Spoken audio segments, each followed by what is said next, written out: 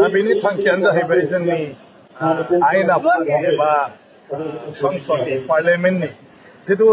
सलायनायनि system आरो बायदिसिना जिथु आयेन आफादाव आयेन दानायनिफ्राय लानानै बायदिसिना जिथु सरकारनि हाबाफारिफोरखौ लानानै सावरायनाय जायो बेफोर माब्रै जायो बेफोरनि सायाव जोंनि लाइमोनफोरनो मोनसे मा होनो नलेजाव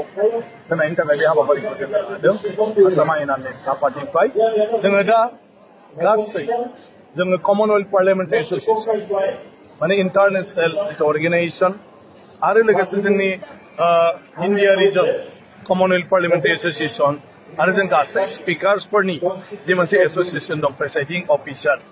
जों बेबायदि माखासे थि खालामदों हाबाफारि जे जोंनि जिथु मा होनो गणतान्त्रिक माने डेम'क्रेटिक जि प्रसेसफोर बे प्रसेसखौ जाहाथे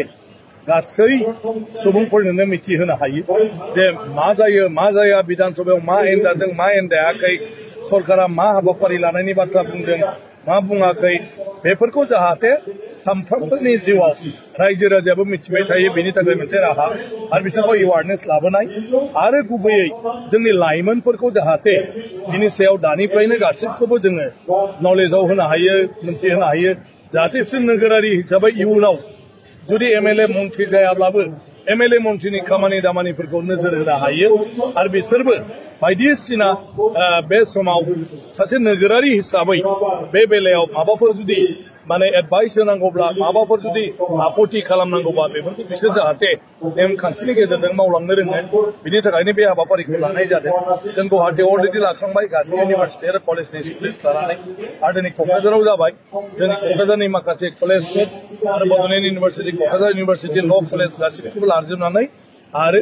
जोङो तेजपुर इउनिभार्सिटि डिब्रुगड़ इउनिभार्सिटि आरो बेबायदिनो जोङो माने सिलचर इउनिभार्सिटि बेफोरावबो गासिबो दा फारियै खालामलांबाय फरायसाफ्रा सोंथि खालामनायखौ नुनो मोनदों गोबां बाथ्रा मोनथिनो लुबैदों जे माबोरैहाय राजखान्थिनि बेलायाव मोनसे मा होनो मानसिफोरनि साननाय हनायफोरखौ गोग्गो लाबोनो हायो आरो जोंनि थान्दैफ्रा बा जायखि राजखान्थि सुबुं जायाथों मानो बिसोर हादोरनि थाखाय नोगोरारिफोरनि थाखाय माबोरैहाय मोजां माने खामानि मावनो हायो बेफोरनि थाखाय माबोरै मा राहा लायोबा मोजां जागोन बयनाबो पजिटिभ राजखान्थि बयबो गाज्रि बुङो बे गाज्रि साननायनिफ्राय बोरै बेखौ माने जोङो माने गैया खालामनो हायो बेफोरनिबो गोबां सोंथि दैखांदों आरो गासै बाथ्राफोरखौनो बुंनाय जादों बेफोर गासैबो जों नोगोरारिफ्रा सांग्रां जायोब्लासो आरो जोङो गाव गावनि थान्दैफोरखौबो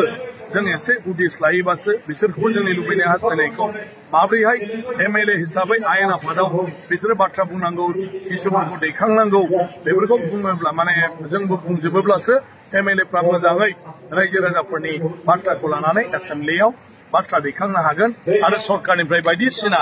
माने जिथु मावनांगौ हाबाफारिफोर दं बे मावनांगौ हाबाफारिखौ गावबा गाव समस्थियावबो लांनायनि राहाखौ खालामनो हागोन।